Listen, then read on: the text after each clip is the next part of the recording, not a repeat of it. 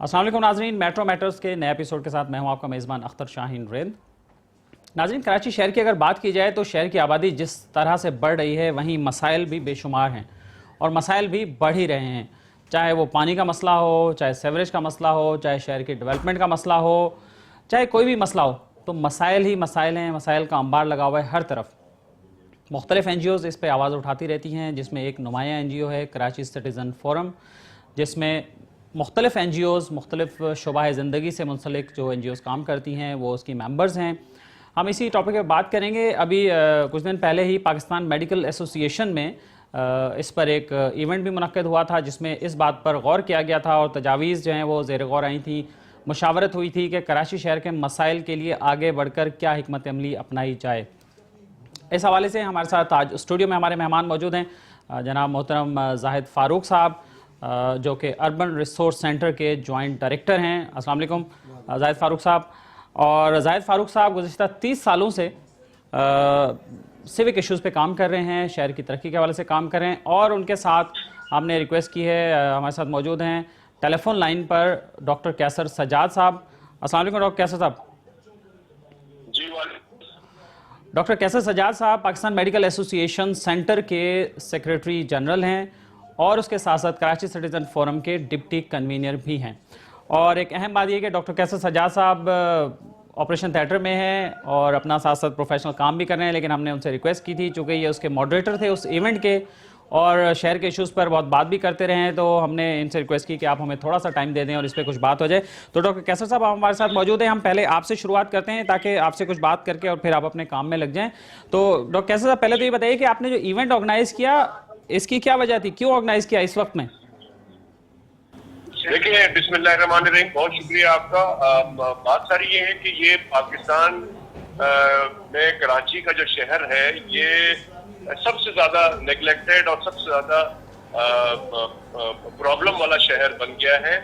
हमने कोई 2 साल हो गए हैं कराची सिटीजन फोरम फॉर्म किया। हमारे बहुत सारे लाइक माइंडेड लोग हैं, जिसमें खासकर खवातीन का बड़ा अमल दखल है इसके अंदर। उन्होंने बड़ा इसमें काम किया है और हमारी कन्वीनर जो है नरगिस रहमान है और सारी मेहनत जो है इनफैक्ट उनकी होती है इसके अंदर।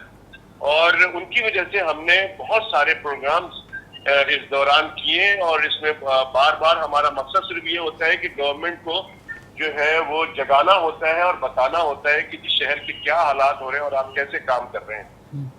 कल जो ये हमने इस सिलसिले में प्रोग्राम किया उसके अंदर हमने कोशिश ये की कि जो हमारे शहर के ऐसे लोग जिनको कि टाउन प्लानर कहा जाता है, उनको हर चीज का पता है कि क्या इश्यूज हमारे चल रहे हैं। और शहर को हमारा मकसद ये था कि जब भी हम सेमिनार करते हैं या इस तरह के प्रोग्राम्स करते हैं, मकसद सिर्फ ये होता है कि ये पता कर किया जाए कि इस तमाम परेशानियों का हल क्या है।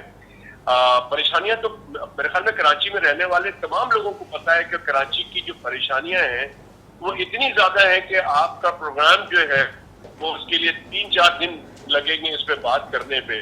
आप कहीं से भी ले लें, रोड का मसला ले लें, ट्रांसपोर्ट का मसला ले लें, एनवायरमेंट का मसला ले लें, नॉइज पोल्यूशन, एयर पोल्यूशन, और उसके बाद आप देखिए सीवरेज का निजाम। फिर अभी पिछले दिनों जो बारिश हुई उसका ड्रेनेज का सिस्टम हमारा पूरा कराची डूबा हुआ था। तो फिर बिजली का निजाम हमारा, ये इस तरह के बेतहाशा बहुत सारी चीजें हैं। तो हम ये चाहते थे कि इसके ऊपर ये ऐसे लोगों को, जिसमें कि कल मैं शुक्रगुजार हूं कि आरिफ हसन साहब का, फहीम जमान का, और फिर जो हमारे जो बहुत अच्छे इकोनॉमिस्ट हैं पाकिस्तान के, कैसर बंगाली साहब वो थे, एक और टाउन प्लानर फरहान साहब थे और मोहम्मद तौहीद साहब थे। तो ये इन लोगों ने बहुत अच्छा एक स्टेटमेंट दिए हैं, बहुत अच्छा सारा हमें गाइडलाइन मिली है और फिर हमने एक रिकमेंडेशन तैयार की है जो कि हुकूमत को हम पेश करेंगे और उनसे कहेंगे कि इसके ऊपर अमल दरामद कराया जाए। इस वक्त सूरत हाल ये है कि हमारे जो शहर के अंदर, जैसे कि जो हमारे पिछले मेयर साहब बार बार चीखते थे कि हमारे पास कोई अख्तियार नहीं है, अख्तियार नहीं है, कुछ हद तक उनकी बात दुरुस्त है कि हमारे यहाँ शहर में दूसरे इदारे बहुत हैं म्युनिसिपल कॉरपोरेशन के अलावा, कैंटोनमेंट बोर्ड हैं, इसके अलावा रेलवे के इदारे हैं, नेवी के इदारे हैं। गर्ज ये कि इस तरह के कोई कहा जाता है कि 15-16 इदारे हैं जो अपनी मर्जी से काम करते हैं और मिल के काम नहीं करते। तो डिपार्टमेंट में कोई कोऑर्डिनेशन नहीं है। आप अगर देखें तो एक चीज वहां एक बड़े अजीब सी बात हुई कि सीएम साहब ने अपने चीफ मिनिस्टर हाउस के सामने रोड बनाया और 3 महीने बाद उसको वहां पोल लगाने के लिए कोई और डिपार्टमेंट आया और उस रोड को खोद दिया गया। और यही हाल पूरे शहर का होता है कि रोड बनती है और फिर खुद जाता है कि टेलीफोन की तार डालनी है, बिजली की तार डालनी है या कोई और मसला है, जिसकी वजह से कभी भी जो है वो मामला को सॉल्व नहीं किया गया। तो हमारा जो इश्यू यही है कि हम चाहते हैं कि कोऑर्डिनेटेड एफर्ट्स हो। और दूसरी बात ये बात हुई कि जब मिलिट्री रूल्स आते हैं तो वो लोकल गवर्नमेंट को स्ट्रांग कर दिया जाता है, वो काम कर रहे हैं। जब डेमोक्रेटिक गवर्नमेंट आती है, जमहूरियत आती है, तो प्रोविंशियल गवर्नमेंट जो है वो कहती है कि ये सारे काम हमारा है। और इसी वजह से कैसर बंगाली साहब ने बड़ी अच्छी बात की कि कॉन्स्टिट्यूशन में लोकल गवर्नमेंट का कोई अख्तियारी नहीं मेंशन है और उसकी पावर वहां मेंशन नहीं है कि गवर्नमेंट लोकल गवर्नमेंट जो है उसकी क्या अख्तियारात है। तो हमें चाहिए कि हम एक ड्राफ्ट बनाएंगे और हम इस ड्राफ्ट को उसके ऊपर काम करेंगे और इस कानून में इसमें अमेंडमेंट की जाएगी कि ये जो हमारी लोकल गवर्नमेंट है उसके क्या अख्तियार होने चाहिए और वो अपने अख्तियारात का इस्तेमाल करके शहर को बेहतर करें। डॉक्टर कैसर साहब, ये एक पॉइंट जो है, सॉरी माजरत आपकी बात कथा कलामी के लिए माजरत, ये जो पॉइंट है एक आपने बताया कि लोकल गवर्नमेंट को कॉन्स्टिट्यूशनली प्रोटेक्शन देने के लिए भी एक बात होगी, और उसके अलावा जो आपने कहा कि आप मुतालबात पेश करेंगे, और क्या मुतालबात होंगे? हमारे मुतालबात जो है, सबसे इम्पोर्टेंट मुतालबा है कि जितनी भी डिपार्टमेंट्स हैं ये डिपार्टमेंट अपनी जिम्मेदारियां पूरी करें और डिपार्टमेंट जो है वो कोऑर्डिनेटेड एफर्ट्स करें, यानी मिल के कोऑर्डिनेशन के साथ काम करें। ये नहीं होता है कि जी एक काम हो गया, बारिश हुई और बिजली गायब हो गई इसलिए कि बारिश हो रही है। मतलब ये छोटी छोटी बातें हैं, इससे मेरे ख्याल में सब मिल के अगर काम करेंगे, मेरा ख्याल में अब तक जो है ना इस काम के लिए पॉलिटिकल विल चाहिए होगा। अभी तक पॉलिटिकल विल नहीं। हम चाहते हैं कि पॉलिटिकल विल जो है वो डेवलप हो जाए, हुकूमत जो भी आए वो ये समझे कि कराची को हमने डेवलप करना है और अगर कराची डेवलप होगा तो पाकिस्तान डेवलप होगा। अनफॉर्चुनेटली ये हाल हो रहा है कि कराची डेवलप नहीं हो रहा है बल्कि वो डिटोरिएट हो रहा है। अब अगर आप कंपेयर करें 10 साल कराची में क्या हालात थे या 20 साल पहले क्या हालात थे, तो आपको लगेगा कि कराची पहले तो बहुत अच्छा शहर माना जाता था दुनिया के अंदर, लेकिन अब दुनिया के अंदर इसका सबसे आखिरी नंबर आता है। बिल्कुल बिल्कुल ठीक है डॉक्टर साहब। जी, बस आखिरी मेरा आपसे ये सवाल होगा कि देखें, आप डिमांड भेज देते हैं, मुतल्लिका इदारों को भी भेज देते हैं, जो कि इससे पहले भी ये प्रैक्टिस होती रही है, तो उसका कोई असर होता है, नहीं होता, या फिर क्या लाएमल क्या होगा? बस सिर्फ खतों किताबत पे ही बात चलती रहेगी या सिर्फ बस एक बयानबाजी होगी या कोई प्रैक्टिकल भी इसका सोल्यूशन है, या आप लोग क्या करेंगे अगर कोई तवज्जो नहीं देती गवर्नमेंट, तो फिर क्या आगे का लाएमल क्या होगा? देखिए, ये बहुत इंपॉर्टेंट सवाल है आपका। हमने कल इस सेमिनार में भी ये बात की थी कि जब कैसर बंगाली साहब ने ये कहा कि जी किसी स्पीकर ने कहा कि हमें एहतजाज करना पड़ेगा और उसके बगैर जब तक हम मुखालफत नहीं करेंगे, एहतजाज नहीं करेंगे, तो हमारा मामला या हमारी प्रॉब्लम सॉल्व नहीं होगी। तो कैसर बंगाली साहब ने उसमें ये कहा था कि जी एहतजाज से और इससे काम नहीं चलता, आपको मुज़ाकरात के टेबल पे बात करनी होगी और आपको कराची के साथ साथ एनटीए सिंध की भी बात करनी होगी। तो मैं चूंकि मैंने नासिर साहब से भी बात की थी कि इस तरह के प्रोग्राम के अंदर सरकार का होना बड़ा जरूरी है ताकि उनको पता लगे कि क्या चीजें, कल इतनी बहुत इंपॉर्टेंट बातें हमें पता चली, तो सरकार को भी पता लगना चाहिए कि क्या इशू है। तो आपके कल के इवेंट में तो सरकार नहीं थी, या आपने बुलाया नहीं था सरकार को? कैसे साहब, आपने सरकार को किसी को बुलाया था या आए नहीं थे वो लोग? जी बिल्कुल, ये प्रोग्राम 3 दफा पोस्टपोन हुआ क्योंकि नासिर शाह साहब से मेरी बात हुई थी, उन्होंने कमिट किया था। अच्छा। कि जो हमने पहले 19 को प्रोग्राम रखा था तो उन्होंने मना कर दिया, उनको शायद लाड़काना जाना था। हमने कहा ठीक है, फिर हमने उसके बाद नेक्स्ट वीक रखा और उनको कांटेक्ट करता रहा, लेकिन उन्होंने फोन नहीं उठाया और कांटेक्ट में हमारे नहीं आए, जिसकी वजह से फिर हमने सोचा कि एक हफ्ता और बढ़ा देते, शायद कांटेक्ट में आ जाएंगे, तो हमने फिर 5 तारीख को कर दिया और फिर हमने कांटेक्ट करते रहे उनसे, लेकिन अनफॉर्चुनेटली उनसे हमारा फिर भी नहीं आए। तो फिर ये तो कमिटमेंट फिर कैसे होगा डॉक्टर साहब, फिर कैसे कमिटमेंट हो सकता है? आपने उनके वजह से कि भी वो शरीक हूँ, 3 दफा आपने इवेंट पोस्टपोन किया, फिर भी इवेंट रखा तो वो फिर भी नहीं आए, तो कराची शहर मतलब के लिए कुछ करना चाहते हैं कि नहीं करना चाहते हो? देखिए, यही बात हम कर रहे हैं कि बहुत ही अनफॉर्चुनेट बात है, और जैसा कि मैं कह रहा हूं कि जब तक पॉलिटिकल विल नहीं होगा, लोगों को उनकी इम्पोर्टेंस का नहीं पता लगेगा कि क्या काम हमें पहले करना है और किस जगह हमें जाना जरूरी है। और वो वैसे तो बहुत सारे प्रोग्राम में अब मैंने देखता हूं कि मिनिस्टर साहब फला जगह पे है, फला जगह पे है, लेकिन ये एक इतना इम्पोर्टेंट प्रोग्राम था, आप भी इसमें शामिल थे, कितने एक्सपर्ट लोग इस शोबे के हवाले से वहां मौजूद थे और अपनी प्रॉब्लम्स जो बता रहे थे, क्योंकि फहीम जमान जो है वो एडमिनिस्ट्रेटर रहे हैं, वो उनको एक एक चीज का पता है म्युनिसिपल के कराची के इश्यूज का, उन्होंने बहुत सारी बातें बताई।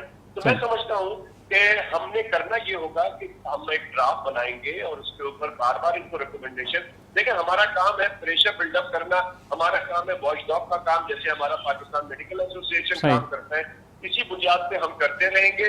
हुकूमत की जिम्मेदारी है कि वो हमें सुने, हमारी बात पे अमल करे और आवाम को सहूलत फराहम करे, आवाम की मुश्किलात खत्म करे। जी बहुत शुक्रिया। नहीं होता है तो फिर हम जाहिर हमारे पास तो कोई अख्तियार नहीं है, हम नहीं चाहते हैं कि रोड ब्लॉक किया जाए या सीएम ऑफिस के सामने जाके धरना दिया जाए। इस तरह से मैं नहीं समझता कि हुकूमत इस लोगों को लाए कि वो इस तरह के काम। ठीक है डॉक्टर कैसर साहब, बहुत शुक्रिया आपका, और आपने अपने कीमती वक्त में से हमें टाइम दिया। और अब हम नाज़रीन बात करेंगे, हमारे साथ पैनलिस्ट मौजूद हैं जनाब जाहिद फारूक साहब। तो जी जाहिद साहब, आप ने गुफ्तगू सुनी डॉक्टर सज्जाद साहब की भी, और आप तो माशाल्लाह शहर के हर नब्ज़ पर जो है आपका हाथ है, हर मसले की नब्ज़ पर। तो फिर कराची को प्रायोरिटी कैसे दिलाई जाए? आपने सुना कि कैसा आपने बताया कि अभी सिंध गवर्नमेंट की तरफ से भी कुछ ऐसी चीज़ें हैं कि वो उसको प्रायोरिटी, अब जो इवेंट हुआ उसमें टॉपिक ही था कि कराची की प्रायोरिटी सेट करने के हवाले से था और गवर्नमेंट फंक्शनरी कोई भी नहीं थी। बहुत शुक्रिया मेट्रो चैनल का, आपका बहुत शुक्रिया कि आपने मौका दिया कि आज हम अपने शहर के इश्यूज़ पे बात कर सकें। देखिए, कराची शहर मेगा सिटी है और दुनिया के टॉप में जो 5 बड़े शहर हैं उनमें शुमार होता है, और मेगा सिटी ऐसा है जहाँ पे लोग इसको पसंद की नज़र से नहीं देखते। कचरा है, गंद है, सीवरेज का पानी है, बसें नहीं है, पब्लिक ट्रांसपोर्ट नहीं है, नाले बह रहे हैं। तो ये जो एक तासुर जाता है दुनिया के सामने कराची का, वो बेहतर नहीं है। कराची फीड करता है 68% फेडरल को, पूरे मुल्क को चलाने के लिए जो रिसोर्सेज देते हैं हम 78%, 90% सूबे को चलाने के लिए 68% या 78%, 68 और 90% के करीब हम देते हैं सूबे को। We are part of Sindh, ठीक है। लेकिन कराची की जब हम सड़क को देखते हैं, जो शारा कायदीन है या ये जो शारा फैसल है या एम ए जिना रोड है, सिर्फ ये कराची नहीं है। कराची की सड़कें, औरंगी टाउन को आप देखें, लियारी को आप देखें, कुरंगी को आप देखें, ये जो कराची की सड़कें हैं इसमें क्या हाल है। कराची की सड़कों पे जो हमारी गाड़ियाँ चलती हैं उनका क्या हाल है, और उन गाड़ियों की ख़राब कंडीशन करने में हमारी सड़कों का हाल है। सड़कें बेहतर नहीं है, पानी बेहतर नहीं है, लोग अब बोतल वाला पानी पी रहे हैं। वाटर बोर्ड के पानी के होते हुए लोग फिल्टर वाला पानी पी रहे हैं, हालांकि वाटर बोर्ड के पानी की एक अपनी क्वालिटी है और वो हम इस्तेमाल करते रहे हैं। अब देखें, कराची शहर में हर चीज़ मौजूद है। यहाँ पे 2 पोर्ट, यहाँ पे एयरपोर्ट, यहाँ पे रेलवे का सिस्टम, क्या नहीं है कराची शहर में। और मेट्रोपॉलिटन शहर है तो मेट्रोपॉलिटन वाली चीज़ें भी तो होनी चाहिए। लेकिन हम मैनेज नहीं कर पा रहे, और ये मैनेज करना बहुत मुश्किल है बगैर लोकल बॉडी के इदारों के। शहर में लोकल बॉडी के इदारे जो हैं वो अब तो है ही नहीं, उनका वजूद नहीं है। होना तो ये चाहिए कि लोकल बॉडी के इदारे मुस्तकिल काम करें। जिस तरह सेनेट कभी ख़त्म नहीं होती, सेनेट का 50% ख़त्म होता है, फिर दूसरे आ जाते हैं, 50% ख़त्म होता है, फिर इसी तरह लोकल बॉडी के सिस्टम को इस तरह डेवलप करें कि लोकल बॉडी का सिस्टम हर वक्त रन करे और वो इफेक्टिव लोकल बॉडी हो। ये नहीं है कि ये पसंद है, वो पसंद है, या उस इलाके में डेवलपमेंट है, उस इलाके को नज़रअंदाज कर दिया, उस कम्युनिटी को नज़रअंदाज कर दिया, उस कम्युनिटी को नज़रअंदाज कर दिया। ऐसे नहीं है। लोकल बॉडी का मतलब ये है कि मकामी लोगों को बाख्तियार बनाया जाए। यहाँ पे तो बात नहीं की जाती। अब मैं आपको एक मिसाल देता हूँ। मिसाल के तौर पे सर्कुलर रेलवे के मुतासरीन को कोई 2 साल पहले उनके घर तोड़ दिए गए कि यहाँ से सर्कुलर रेलवे गुजरेगी।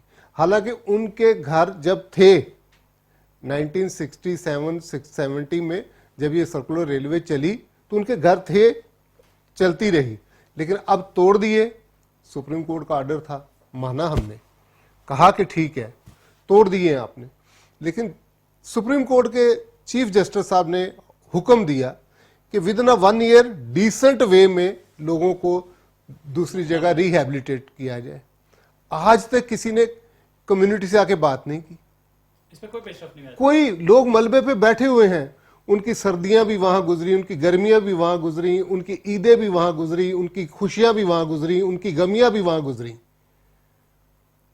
दूसरी तरफ हम देखें, बिलावल भुट्टो जरदारी साहब, चेयरमैन पाकिस्तान पीपल्स पार्टी, ने फरमाया लास्ट ईयर सितंबर में बारिशों के बाद केडीए की चुरंगी नॉर्थ नाज़माबाद पे कि हम उस वक्त तक किसी को बेघर नहीं करेंगे जब तक हम मुतबादल नहीं देंगे गुजर नाले के हवाले से। लेकिन किसी जगह कोई बात ही नहीं हुई, कोई अमल नहीं हुआ। कोई अमल तो बाद की बात है। कोई सरकारी अहलकार आके लोगों को इकट्ठा करे, बात करे कि भाई हम आपको फलां जगह शिफ्ट करेंगे, हम आपके घर का आपको ये इवज देंगे, आपको यहाँ से हम इस प्रोजेक्ट की वजह से हटा रहे हैं, सरकारें कहाँ भेजेंगे, बताएं तो सही। कम्युनिटी को किसी मामले में शरीक ही नहीं किया जाता। मंजूर कॉलोनी को हमने खुद, उस 5-6 लोगों की टीम का मैं मेंबर था, हमने 3 दफ़ा शारा फैसल से गिजरी क्रीक तक पैदल उसको देखा कि रुकावटें कहाँ हैं। रुकावटें हैं सिलट, वो आप साफ नहीं करवाते। शारा फैसल पे जहाँ पे फौजिया वहाब फ्लाईओवर है उसके नीचे आप देखें, वहाँ 3 वो नाले में 3 रास्ते हैं, उनमें से 2 बंद हैं। आपने जहाँ पे अप डाउन वो रेलवे ट्रैक है, पुलिया है, उसके नीचे 5 टनल हैं, उनमें से 8 टनल हैं, 3 बंद हैं, बाकी 5 में से 3 में सिलट है, बाकी 2 में से कितना पानी गुजरेगा? फिर तो उसी असल जेन्युइन इश्यूज की तरफ कोई तवज्जो देना कोई नहीं। अच्छा, फिर वहीं पे किसी ताकतवर बंदे ने अपने बेंगलो को उसको नाले के अंदर और कब्जा कर लिया हुआ है। आगे एक थाना भी नाले की जगह पे बना हुआ है। उसके आगे बढ़े, जब हम गए वहां पे कि नाला पीछे से जो होता है, जहां शुरू होता है वहां छोटे साइज से शुरू होता है, आगे बढ़ता जाता है, जैसे उसमें मजीद लोगों के आबादियों के सीवरेज आते हैं तो उसमें बढ़ता है। पहली बात तो ये कि बरसाती नाले थे, सीवरेज के नाले ही नहीं थे ये, उसको हमने सीवरेज का नाला बनाया। वाटर बोर्ड ने उसको उसकी स्टेटस चेंज की ना। जब हम लोगों को सहूलत नहीं देंगे, लोग उस बरसाती नाले को ये करेंगे। जहां तक अख्तर कॉलोनी कश्मीर कॉलोनी है, वहां तक तो नाला 80 फीट पे है। जब आगे डिफेंस में जाता है तो उसका साइज छोटा हो जाता है। अब को ज्यादा जगह की जरूरत है। हमारे सामने की बात है, 15 साल पहले, 10 साल पहले ये सारी जगह ओपन होती थी। यहाँ हाई टाइड के दौर में पानी समंदर से आगे यहाँ खड़ा होता था, जब पानी उतरता था चला जाता था। यही हाल गुजर नाले पे है। ग्रीन लैंड का ट्रैक डाला आपने, वहां पे ये नहीं देखा केडीए की चुरंगी पे जो पानी आता है वो पहाड़गंज की तरफ से, ऊपर पहाड़ी से, या उसके बाद कलंदरिया पे जो पानी आता है, शिपोनर पे जो पानी आता है, वो आके पानी गुजर नाले में गिरता है और नागन के पास आके वो गुजर नाले में गिरता है। उसमें से आपने ग्रीन लैंड का जब ट्रैक डाला तो आपने वो रास्ता बंद कर दिया। अच्छा, पूरा बंद हो गया, वो ब्लॉक है। फिर आपने जो हाई टेंशन के पोल्स लगाए हुए हैं 11,000 के वोल्टेज वाले, वो उनको देखें आप, केडीए की चुरंगी पे देखें आप, करीमाबाद से जाएं ज़ियाउद्दीन की तरफ आप देखें, वो नाले के ऊपर है। तो जाहिर साहब ये सारी सूरत हाल तो है, अब बस हमारे प्रोग्राम का वक्त भी थोड़ा सा खत्म हो रहा है, तो आप अब इसका सोल्यूशन क्या है? आप इतना से काम करने को उम्मीद है आपको भी? इसका सोल्यूशन ये है, कोई उम्मीद हो सकती है या बस लोग ही सड़कों नहीं, पे आ नहीं, जाएं? लोग आएंगे, लोग डरे हुए हैं। एक तो लोग गुर्बत के मारे हुए हैं, लोगों को इकट्ठे होने के लिए टाइम नहीं है। दूसरा, लोग डर गए हैं। इसमें बहुत सारे इदारे इन्वॉल्व हैं जो आ जाते हैं लोगों को प्रोटेस्ट करने से रोकने के लिए, डराने धमकाने के लिए। डराने धमकाने के लिए। हालांकि प्रोटेस्ट करना हक है, आईनी हक है। 10 लोग खड़े हो जाते हैं, उनके ऊपर इंसदादे दहशतगर्दी की एक्ट लगाते हैं। भाई क्या उन्होंने दहशतगर्दी की अपने हक के लिए? जब आपने नहीं दिया तो वो खड़े हुए। तो क्या इसका हल हल ये है कि कराची में एक तो सीवरेज के नाले अलग हों, बरसाती नाले अलग हों। ये एक बहुत मैंने बात की कि ये एक मॉडल, लेकिन कम से कम नालों की सफाई के लिए एक अथॉरिटी हो, इंडिपेंडेंट अथॉरिटी हो, जिसका एक अपना बजट हो, उसके अपने लोग हों और एक्सपर्ट हों उसमें। अब देखें, वाटर बोर्ड की जिम्मेदारी नहीं है कि वो आपके नाले साफ करे। सिंध बिल्डिंग कंट्रोल अथॉरिटी की जिम्मेदारी नहीं है कि वो नाले साफ करे।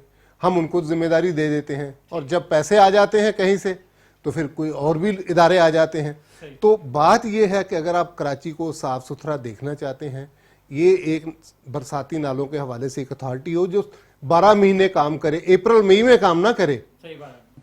बिल्कुल ठीक है जाहिद फारूक साहब, बहुत शुक्रिया आपका, आप हमारे साथ मौजूद रहे। और एक अहम टॉपिक है, क्योंकि ये टॉपिक इतना बड़ा है कि इस पर जैसे कैसे साहब कह रहे थे, कई दिन लगातार भी बहस करते रहे तो भी ये मसाइल इतने के एड्रेस नहीं हो सकते। हम उम्मीद करते हैं कि कराची के लिए आप इस तरह के प्रोग्राम करते रहेंगे। नहीं, इंशाल्लाह बिल्कुल प्रोग्राम करते रहेंगे, आपको दोबारा भी ज़हमत देंगे। और नाजरीन, अब लेते हैं ब्रेक, और ब्रेक के बाद दोबारा हाजिर होते हैं। वेलकम बैक नाजरीन, और अब बात करते हैं कायद-ए-आज़म मोहम्मद अली जिन्ना के हवाले से। बाबा कौम, बानी पाकिस्तान कायद-ए-आज़म मोहम्मद अली जिन्ना, जिनके कितने एहसानात हैं हम पे। पाकिस्तान कायम हुआ और उसके बाद उसको कैसे चलाया गया, पूरा एक निज़ाम मिला। ये सिर्फ ज़मीन का एक टुकड़ा ही नहीं मिला हमें, बल्कि हम एक कौम यहाँ बनकर रहने के लिए यहाँ पर पहुँचे। तो कायद-ए-आज़म मोहम्मद अली जिन्ना का अपना ज़ाती घर जो कराची में मौजूद था, अब उसके हवाले से तशवीशनाक इतलात आ रही हैं। ऐसी खबरें आ रही हैं कि उसका मुस्तकबिल कुछ ठीक नहीं होने जा रहा। उसके साथ क्या होने जा रहा है? कायद-ए-आज़म हाउस म्यूज़ियम जो कि कराची में मौजूद है, मेट्रोपोल चौराहे के ऊपर कोने पर वाक़ है। आप में से बेशतर लोगों ने उसे देखा होगा, और जो लोग कराची शहर से बाहर रहते हैं वो भी वहाँ पर ज़रूर गए होंगे, और कायद-ए-आज़म की ज़ाती इस्तेमाल की चीज़ें जो मौजूद हैं वहाँ उन्होंने देखा होगा। और ख़ास तौर पे जो नौजवान नस्ल है, स्कूल्स, कॉलेजेस, यूनिवर्सिटीज़ के तलबा वहाँ बड़ी तादाद में जाते रहते हैं और देखते हैं कि भाई कायद-ए-आज़म को क्या चीज़ें पसंद थीं, वो क्या चीज़ें इस्तेमाल करते थे, कैसे रहते थे, कैसे उठते थे, कैसे बैठते थे। वहाँ वो सारी चीज़ें वहाँ पर महफूज हैं, और वो एक तारीख़ी विरसा है।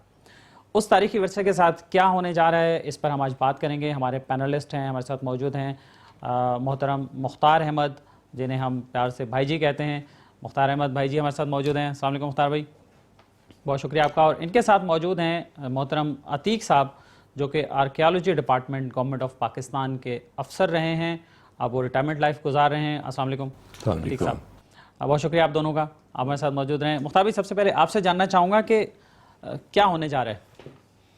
सर, सबसे पहले मैं आपको ये बताता चलूँ कि कायद-ए-आज़म जो है माशाल्लाह अव्वल अंगेज़ क़यादत करने के साथ साथ जो है, जिसके लिए आज पूरी कौम उनके शानमंद है कि उन्होंने एक आज़ाद वतन का तोहफ़ा दिया हमें, वो आला ज़ौक़ के हामिल थे। और उसी आला ज़ौक़ के हामिल होने की वजह से उन्होंने जो लंदन में जो इमारत थी वो आप देखें इंतहाई दीदा ज़ेब है। उसके अलावा दिल्ली में जो 10 औरंगज़ेब रोड पे इमारत है वो इंतहाई दीदा ज़ेब थी। इसी तरह पाकिस्तान में उन्होंने कायद-ए-आज़म हाउस म्यूज़ियम, जो कि शाहराह फैसल के अख्ताम पर जो है फातिमा जिन्ना रोड और शाहराह फैसल के संगम पर है, 2 मंजिला इमारत और इंतहाई दीदा ज़ेब इमारत।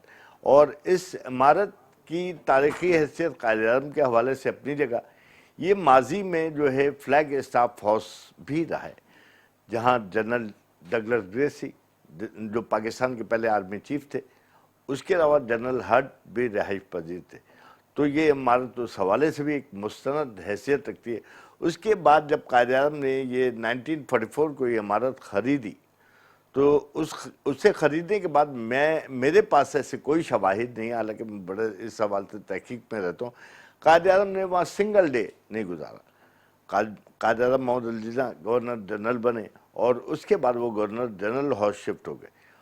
जब उनका इंतकाल हुआ तो उसके बाद मोहतरमा फातिमा जिन्ना इस इमारत में शिफ्ट हुई और उन्होंने तकरीबन 16 साल यहाँ रहाइश अख्तियार रखी।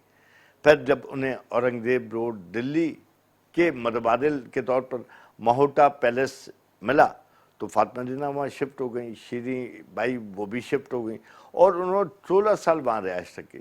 इस दौरान ये इमारत कायद-ए-आज़म हाउस जो एक इंतहाई नफीस देदाजेब इमारत है, मुकम्मल तौर पर खंडरात में तब्दील हो गई और खंडरात में तब्दील होने की वजह से कभी इसे भूत बंगले के नाम से कहा गया, कभी इसे बंगला नंबर 8 का करार दिया गया, कभी इसे फ्लैग स्टाफ हाउस कहा गया।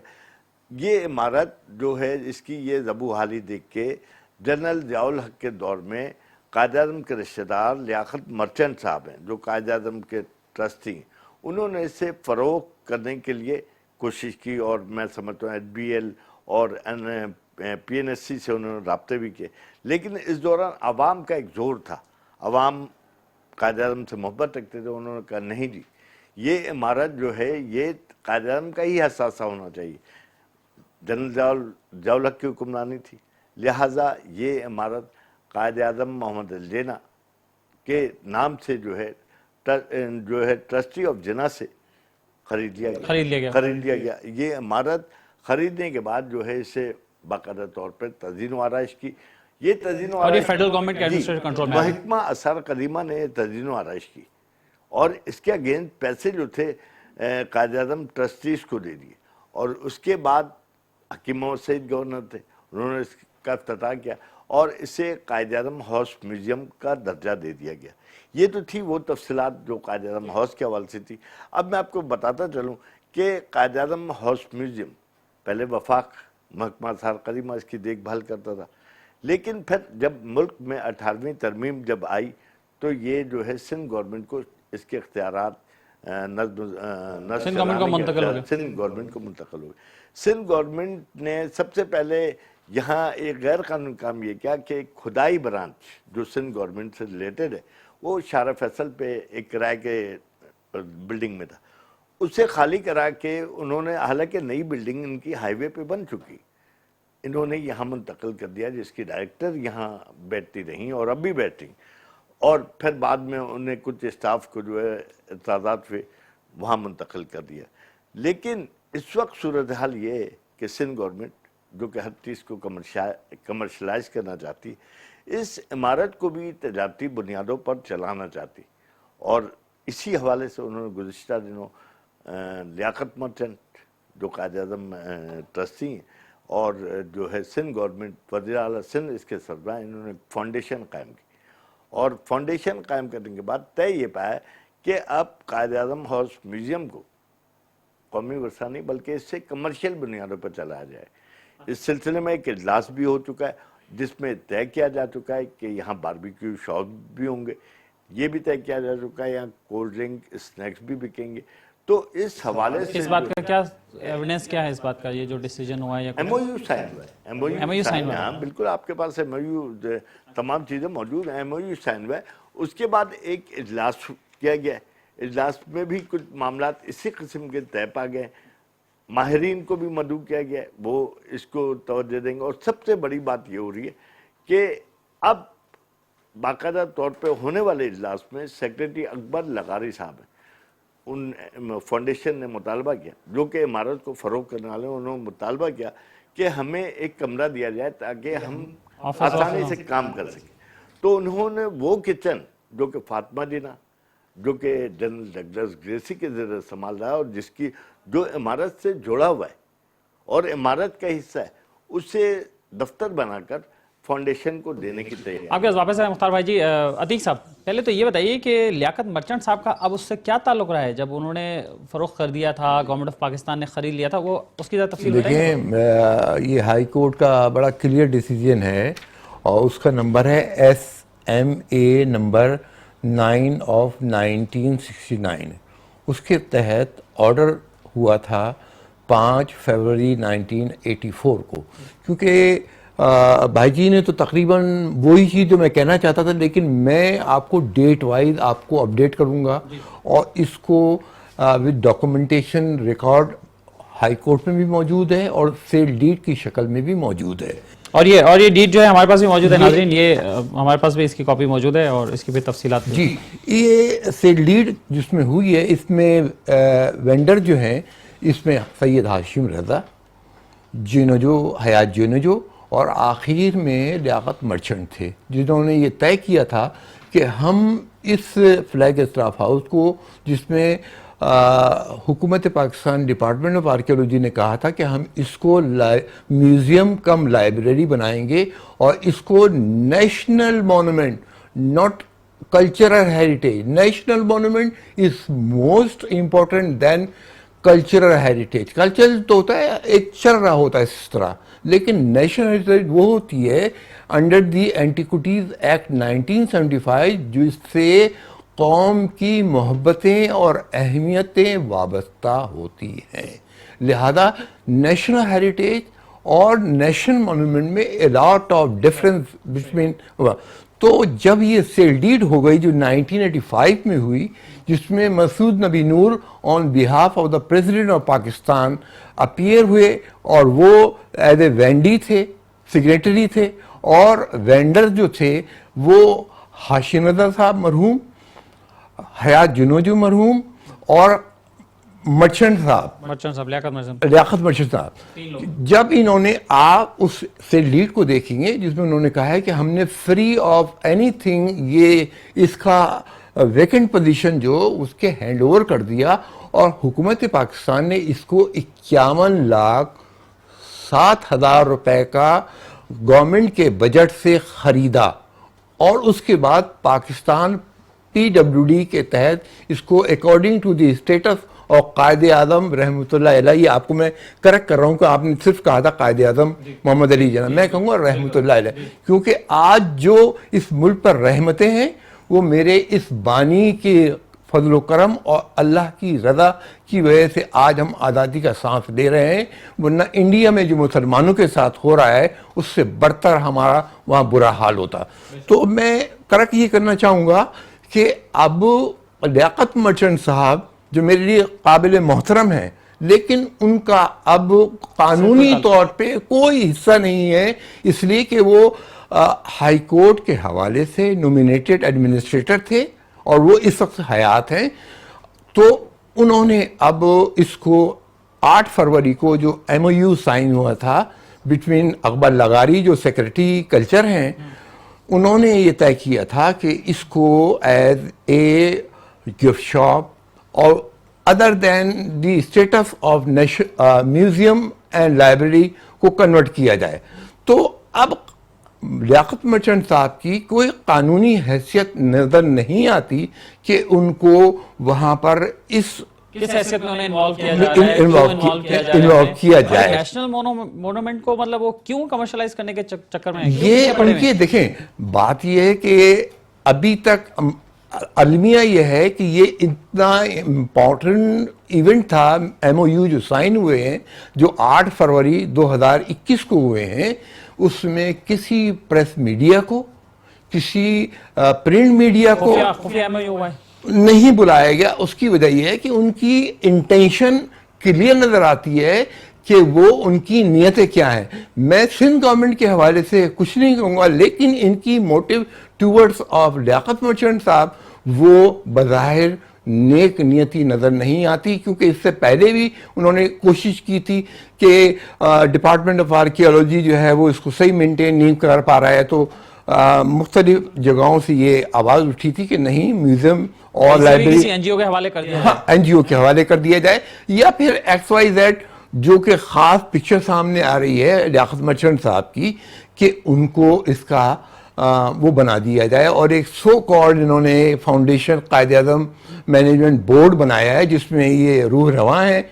और मेरी इनसे यही गुजारिश है, खुदा के वास्ते कायदे आज़म रहमतुल्लाह की रूह को तकलीफ़ ना पहुँचाएँ, क्योंकि ये नेशनल मॉन्यूमेंट है जिस तरह के कायदे आज़म का मज़ार नेशनल मॉन्यूमेंट डिक्लेयर किया गया है, इसकी भी वही हैसियत है और इसमें मादरे मिल्लत भी यहाँ पर 1967 तक रही हैं। ठीक है मुख्तार भाई जान, आप बताएं कि आप तो कवर भी करते हैं आर्कियोलॉजी डिपार्टमेंट को और कल्चरल हेरिटेज को भी आप देखते रहते हैं। जैसे दिशा ने बताया कि एक नेशनल मोनूमेंट है, तो अब 28वीं तरमीम के बाद जब यहाँ आ गया तो अब कानून क्या कहता है? देखिए, कानून कौमी विरसे के लिए जाहिर सी बात है जो सेल डिड है उसमें इसी को ही फॉलो करना पड़ेगा। हाँ, उसको में जिक्र है कि इसको आप कमर्शियल यूजेज में नहीं ले सकते। उसके अलावा सिंध हाई कोर्ट का वाज़ा डिसीजन है कि आप इसको कमर्शियल यूजेज में नहीं ले सकते। तो अगर ऐसी सूरत में सिंध गवर्नमेंट कर रही है तो गैर कानूनी है, गैर आईनी है और मैं समझता हूँ कि इस पर तौहीन अदालत हो सकती है।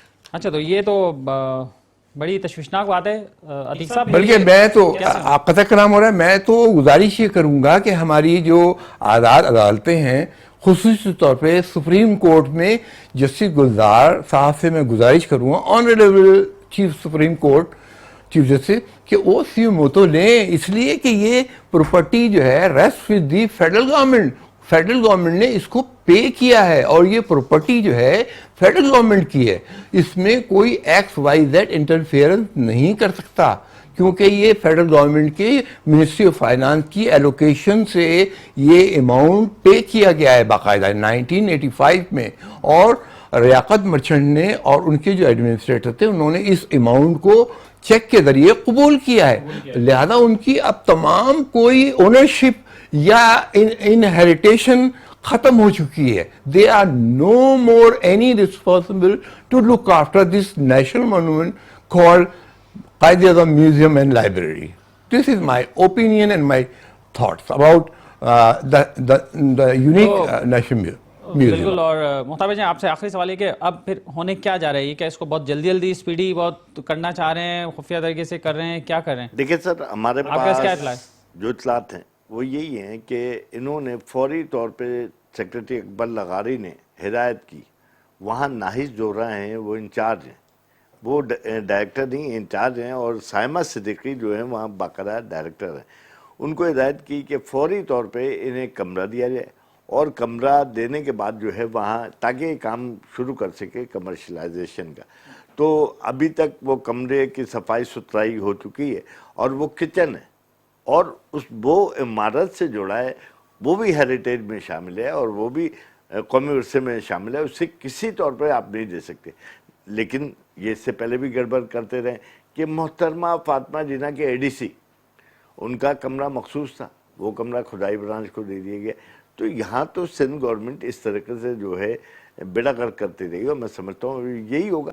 ठीक है, बहुत शुक्रिया आपका मुख्तार अहमद भाई जी, और अतीक साहब आपका भी बहुत शुक्रिया, आप दोनों मेरे सब प्रोग्राम में शरीक रहे। और नाज़रीन, हमने एक अहम इशू की तरफ आपकी तवज्जो दिलाई है और सिंध गवर्नमेंट के लिए भी ये सोचने का मकाम है कि भाई वो क्या करने जा रहे हैं और ऐसा क्यों करने जा रहे हैं, इससे पहले कि अवामी बेचैनी और बढ़े, लोगों में इस पर और ज़्यादा इश्ताल आए और लोग इस बात पे सोचने में मजबूर हो जाएं कि कायदे-ए-आज़म से मंसूब एक कौमी वर्सा, जैसे अतीक साहब ने कहा नेशनल मोनूमेंट है, आप उसका हुलिया क्यों बिगाड़ना चाहते हैं? आप उसको क्यों बिगाड़ने के चक्कर में लगे हुए हैं और आप उसको वहाँ क्यों कमर्शियल एक्टिविटीज़ करना चाहते हैं? आपके जगहों की कमी है क्या? इसके पीछे वजह क्या है? आप क्यों उसका तशख़्ख़ुस जो है वो बर्बाद करने के पीछे लगे हुए हैं? तो इस बात पे ज़रूर सोचना चाहिए। और अगर गवर्नमेंट ऑफ सिंध की जानिब से, महकमा सकाफ़त की जानिब से, उनके सेक्रेटरीज, मिनिस्टर कोई भी इस पर आके मेरे शो में शरीक होना चाहें और अपना मौक़िफ़ बयान करना चाहें तो ज़रूर आप हमसे रब्ता कर लें और रब्ता कर सकते हैं। नाज़रीन, यहाँ लेते हैं एक ब्रेक और ब्रेक के बाद दोबारा हाजिर होते हैं।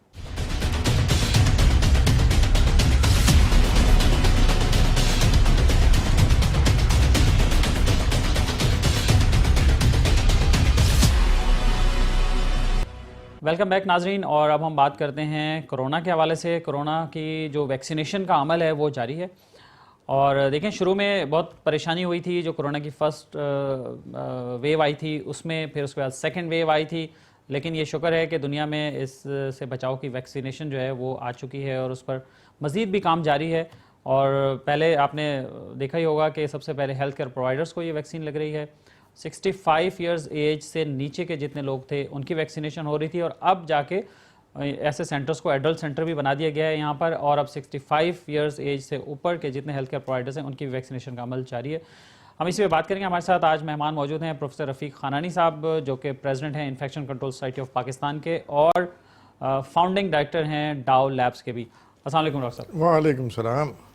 ये बताइए सबसे पहले कि अब वैक्सीनेशन कहाँ तक चल रही है, क्या हो रहा है, दुनिया में क्या हो रहा है और अब पाकिस्तान कहाँ खड़ा है? देखें, आपने बड़े सही वक्त पे जो है ना ये प्रोग्राम किया है, चूँकि आजकल सबसे ज़्यादा पूरी दुनिया में जो ज़ोर है वो ये है कि वैक्सीनेशन के ज़रिए जो है ना कोविड का ख़ात्मा किया जाए। और मैं ये समझता हूँ कि वैक्सीनेशन जो है वो बहुत बड़ी नेमत है, जिसके के ज़रिए हम किसी भी इन्फेक्शियस डिजीज़ का ख़ात्मा करने में सबसे बड़ा और सबसे अहम टूल जो है ना ये वैक्सीनेशन होता है। तो अल्हम्दुलिल्लाह पाकिस्तान में भी अभी वैक्सीनेशन आनी शुरू हो गई है और गवर्नमेंट ऑफ पाकिस्तान ने 4 वैक्सीन्स जो है ना उनको परमिशन दी है कि पाकिस्तान में उसका इस्तेमाल किया जाए। एक जो आजकल लग रही है साइनोफार्म, जो ये चाइनीज़ वैक्सीन है, और चाइनीज़ गवर्नमेंट ने पाकिस्तान को तोहफ़तन दी हुई हैं काफ़ी हद तक डोजेज़ उसके। ये 2 डोज के ऊपर मुश्तमिल है वैक्सीन, और चूंकि सबसे टॉप प्रायोरिटी जो ये समझी जा रही थी और समझी जा रही है कि जो है वो हेल्थ केयर वर्कर्स को पहले लग जाएं ताकि वो मरीज़ों की खिदमत जो है वो कर सकें। उसके बाद जो है वो सीनियर्स को लगाई जाएगी जिनकी की एज जो है वो ज़्यादा है, वो ग्रेजुअली जो है वो यंग एजेस की तरफ आएंगे। तो 2 किस्म की स्ट्रेटजीज़ होती हैं वैक्सीनेशन के हवाले से और प्रिवेंशन के हवाले से। एक उन लोगों को लगाया जाए जिनको के अगर बीमारी हो या इन्फेक्शन हो तो बीमारी की शिद्दत और अमवात वाक़ होने का ख़दशा ज़्यादा होता है। दूसरा, उन लोगों को पहले लगनी चाहिए जो स्प्रेड कर रहे होते हैं कम्युनिटी में, जो सबसे ज़्यादा कम्युनिटी में मूव कर रहे होते हैं, जिनके इर्द गिर्द 2 गैदरिंग होती हैं, जो कम्युनिटी सर्विसेज में होते हैं, लॉ इन्फोर्सिंग एजेंसीज़ वाले हैं, पुलिस है जैसे, जो कम्युनिटी में रहते हैं। तो वो स्ट्रेटजी इसलिए होती है कि कम्युनिटी में उसके स्प्रेड को रोका जाए एक तरफ। दूसरी स्ट्रेटजी ये है कि बीमारी और बीमारी की शिद्दत को कम किया जाए। तो इंशाअल्लाह, लेकिन मेन जो चीज़ है, फोकस करने वाली चीज़ है वो ये है कि इसमें बहुत सारी जाली वैक्सीन्स भी आ जाती हैं। बहुत सारे लोग जो है वो वैक्सीन को हमारे यहाँ लोग तो बड़ा फ़ायदा उठाने वाले बहुत लोग हैं। अभी कोई आने वाली होगी कहीं ना कहीं, डब्बों में पैक हो रही होगी कहीं ना कहीं। जी नहीं, होके आके मार्केट में लगनी भी शुरू हो गई है अनफॉर्चुनेटली। अच्छा। और इसीलिए जो है वो इन्फेक्शन अप्रूवल, जी जाहिर बात है वो तो चोरी की चीज़ होती है ना, स्मगल्ड इन होती है या जाली जगहों पर बन रही होती हैं या दूसरे किसी नॉर्मल सलाइन के इंजेक्शंस के ऊपर लेबल लगा दिया। तो इसी वजह से जो है ना इन्फेक्शन कंट्रोल सोसाइटी पाकिस्तान ने एक प्रपोज़ल दिया है, गवर्नमेंट को भी दिया है, मुख्तलिफ और इदारों को भी दिया है कि वैक्सीन जो भी लगे, जो कंपनी जिससे इम्पोर्ट की गई है, डिस्ट्रीब्यूटर के पास आए। डिस्ट्रीब्यूटर के बाद जो है वो जब तक जिस बंदे ने लगाई एडल्ट वैक्सीनेशन सेंटर में उसकी इन्फॉर्मेशन आए, जिस बंदे को लगी, तो जो वैक्सीन बनी थी किसको लगी, फिर वो इन्फॉर्मेशन बैक टू कंपनी जाए कि भाई ये वैक्सीन आपकी कंपनी की बनाई हुई है ना। तो ये एक प्रोग्राम हमने दिया है सेफ कोवैक्स के नाम से, जिसका मकसद ये है कि ये ट्रैकिंग हो हर बंदे की जिसको वैक्सीन लगनी है कि वो वैक्सीन जेन्युइन है, और कंपनी वाले उसको ऑथेंटिक करेंगे कि हाँ भाई हमने ये वैक्सीन जो है ना मंगवाई थी, इंपोर्ट की है, और ये इस वैक्सीनेशन सेंटर को दी है और ये इस वैक्सीन ही को लगी है। उसका एक और एडवांटेज ये होगा कि जब दुनिया में आपको कहीं भी ट्रैवल करना होगा, या जैसे सऊदीया वालों ने कहा कि भाई जिन लोगों ने वैक्सीनेट करवाया है वही हज और उम्रे को आ सकते हैं, तो वो जब इनको वैक्सीन लगेगी उसकी पूरी ट्रैकिंग हो रही होगी, तो जब इन लोगों को सर्टिफिकेट चाहिए होगा तो वो अवेलेबल होगा पोर्टल के थ्रू, ताकि वो वेरीफाइड सोर्स हो कि भाई हमने ये वैक्सीन इस जगह से लगी हुई थी, इस डेट को लगी है, और अंदाज़ा ये है कि इतने अरसे तक उसकी वैक्सीन की एफिकेसी रहेगी। तो ये सेफ कोवैक्स का प्रोग्राम जो है वो हमने गवर्नमेंट को भी दिया हुआ है और प्राइवेट कंपनीज़ को भी ऑफर किया हुआ है, ताकि वैक्सीन जो है वो जाली ना लगे, गलत वैक्सीन ना लगे, वैक्सीन जो लगी हो वो प्रॉपरली इफेक्टिव साबित हो। वैसे जो मार्केट में जो जाली वैक्सीन के हवाले से जो बात हुई, आपको इन्फॉर्मेशन है या कोई कंफर्म ऐसी कोई चीज़ हुई है? काफ़ी हद तक कंफर्म चीज़ें हैं। अच्छा, कहाँ? लेकिन मसला ये है कि ये अंडरवर्ल्ड जो है ना, आपको पता है कि जिन चीज़ों के ऊपर कानूनी तौर पर पाबंदियाँ होती हैं, आप देखें नशे वाले लोग हर जगह पर आपको नज़र आ रहे होते हैं, क्या उसके बेचने की इजाज़त है? नहीं है। तो ये चीज़ें जो है ना, पर्टिकुलरली ये कोविड के हवाले से आपकी इन्फॉर्मेशन क्या है? जी बिल्कुल इन्फॉर्मेशन कराची में मुझे बिल्कुल कराची में मुझे इन्फॉर्मेशन, बल्कि मुझे मैसेजेस आए, चंद एक लोगों के नंबर्स आए कि इन नंबर्स पर आप, ये व्हाट्सएप वाले नंबर थे जो कि आमतौर पर वेरीफाई नहीं हो पाते हैं, कि किसी को भी वैक्सीन लगानी हो तो इतनी प्राइस पे, बहुत हाई प्राइस पे जो है ना। क्या प्राइस कोट कर दें? प्राइस जो है वो स्टार्टिंग फ्रॉम 20,000 अप टू 80,000 जो है ना, ये तकरीबन पिछले 2 महीने से ये चीज़ें चल रही लेकिन ये हैं। लोगों को ये समझने की बात है कि किसी भी ऐसे सेंटर पे ना जाएं, किसी भी ऐसी इंफॉर्मेशन के पीछे ना जाएं कि जो कह रहे हो कि जी आप बस आ जाएं और आपको वैक्सीन लग जाएगी और आपको कार्ड मिल जाएगा और सारी चीज़ें हो जाएगी। जी जी बिल्कुल नहीं, ये जो भी गवर्नमेंट की ऑथोराइज जगहें हैं जिनको गवर्नमेंट ने लाइसेंसिंग दी है, और जैसे कि अब गवर्नमेंट जो है वो एडल्ट वैक्सीनेशन सेंटर बनाने का उन्होंने एक पूरा प्रोटोकॉल तैयार करके दे दिया और है। बन भी चुके हैं, जैसे कराची में 2 बिल्कुल बन चुके हैं, और वो सारा डेटा जो है ना नेशनल इम्यूनाइजेशन मैनेजमेंट सिस्टम को जाना है, जो कि नादरा के साथ कनेक्टेड है, ताकि हर बंदा जिसको वैक्सीन लगी है वो प्रॉपरली वेरीफाई हो जाए, आइडेंटिफाई हो जाए। सही।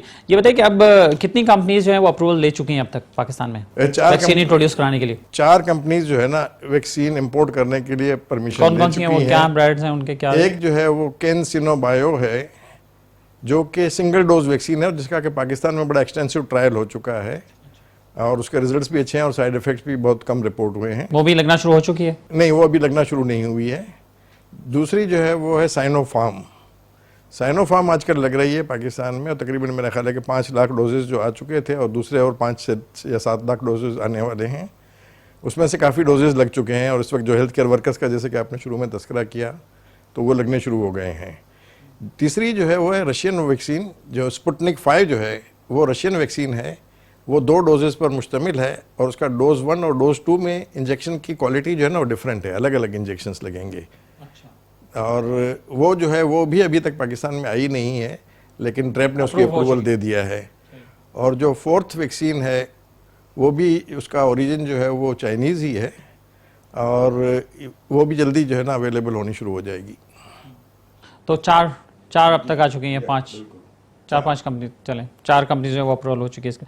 अच्छा ये बताइए कि अब केसेस की जो सूरत हाल है, आप भी देख रहे होंगे केसेस कम हो रहे हैं, मज़ीद कम हो रहे हैं, और वैक्सीनेशन का प्रोसेस जबकि लग रहा है कि ज़्यादा होता जा रहा है दिन ब दिन।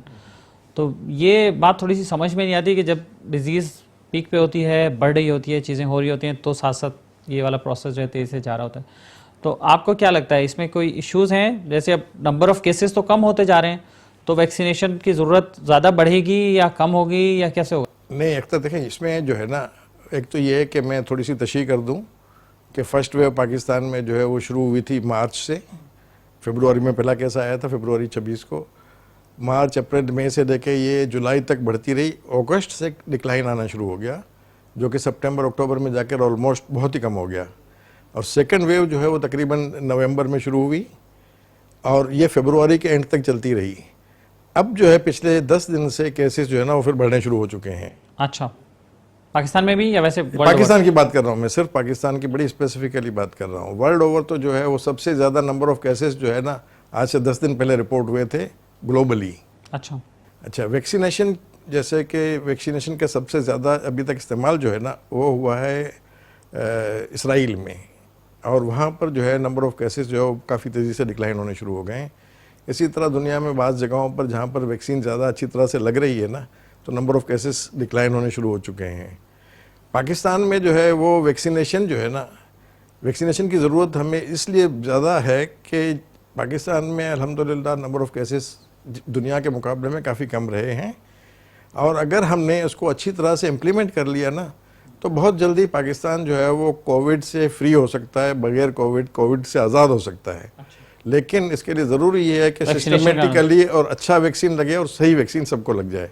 75-80% लोगों को अगर लग गया ये तो फिर इंशाल्लाह वैक्सीन, कोविड की बीमारी जो है वो ख़त्म हो सकती है। तो आपकी सोसाइटी या और कोई ऐसा प्लेटफॉर्म है जिस प्लेटफॉर्म से आप लोगों की अवेयरनेस के लिए भी कुछ थोड़ा काम करें, लोगों को आगाही दें इस हवाले से? जी, इन्फेक्शन कंट्रोल सोसाइटी पाकिस्तान ने तो एक पूरा सेफ कोवैक्स के नाम से जो है ना पूरा प्रोजेक्ट बना के गवर्नमेंट को भी दिया है, प्राइवेटली भी हम प्रमोट कर रहे हैं, ताकि लोग जो है जो वैक्सीन लगाएं वो प्रॉपर उनको वैक्सीन लगी हुई हो, और वैक्सीनेशन के बाद उनको जब ज़रूरत पड़े ट्रैवल वगैरह की तो वैक्सीनेशन सर्टिफिकेट भी इशू हो, और इसी तरह हर डोज ऑफ वैक्सीन जो है ना वो कंपनी से वेरीफाई हो जाए कि उस कंपनी ने ही बनाया है, ताकि उसमें कोई भी फोर्जरी की या किसी भी किस्म की जाली उसकी गुंजाइश ना रहे। तो इस लिहाज से अवेयरनेस के मुख्तलिफ प्रोग्राम कर रहे हैं, जैसे कि आपने भी ये प्रोग्राम किया है। इसी तरह से मेरा ख्याल है कि मास मीडिया भी, सोशल मीडिया भी हमसे बड़ा कोऑपरेट कर रहा है, ताकि अवेयरनेस लोगों को डेवलप की जाए और लोगों के जहन में जो खदशात हैं कि वैक्सीन के कोई साइड इफ़ेक्ट्स तो नहीं हो रहे, कोई और मसाइल तो नहीं आ रहे हैं, तो उनको हम लेकिन address कर अलहमदुलिल्लाह सकें। पाकिस्तान में तो अभी तक कोई ऐसे केसेस नहीं हुए ना ज़्यादा। नहीं कोई ऐसे केसेस नहीं है, कोई Reaction मेजर के साइड या side इफेक्ट या effect? रिएक्शन कोई भी नहीं आया है अभी तक के जितने भी केसेस हुए। बहुत माइल्ड किस्म की तो सिम्टम्स होती हैं जो भी वैक्सीनेशन। ठीक है, बहुत शुक्रिया आपका। Thank you. रफ़ीक खान साहब हमारे साथ मौजूद है। और नाज़रीन, आपने गुफ्तगू सुनी।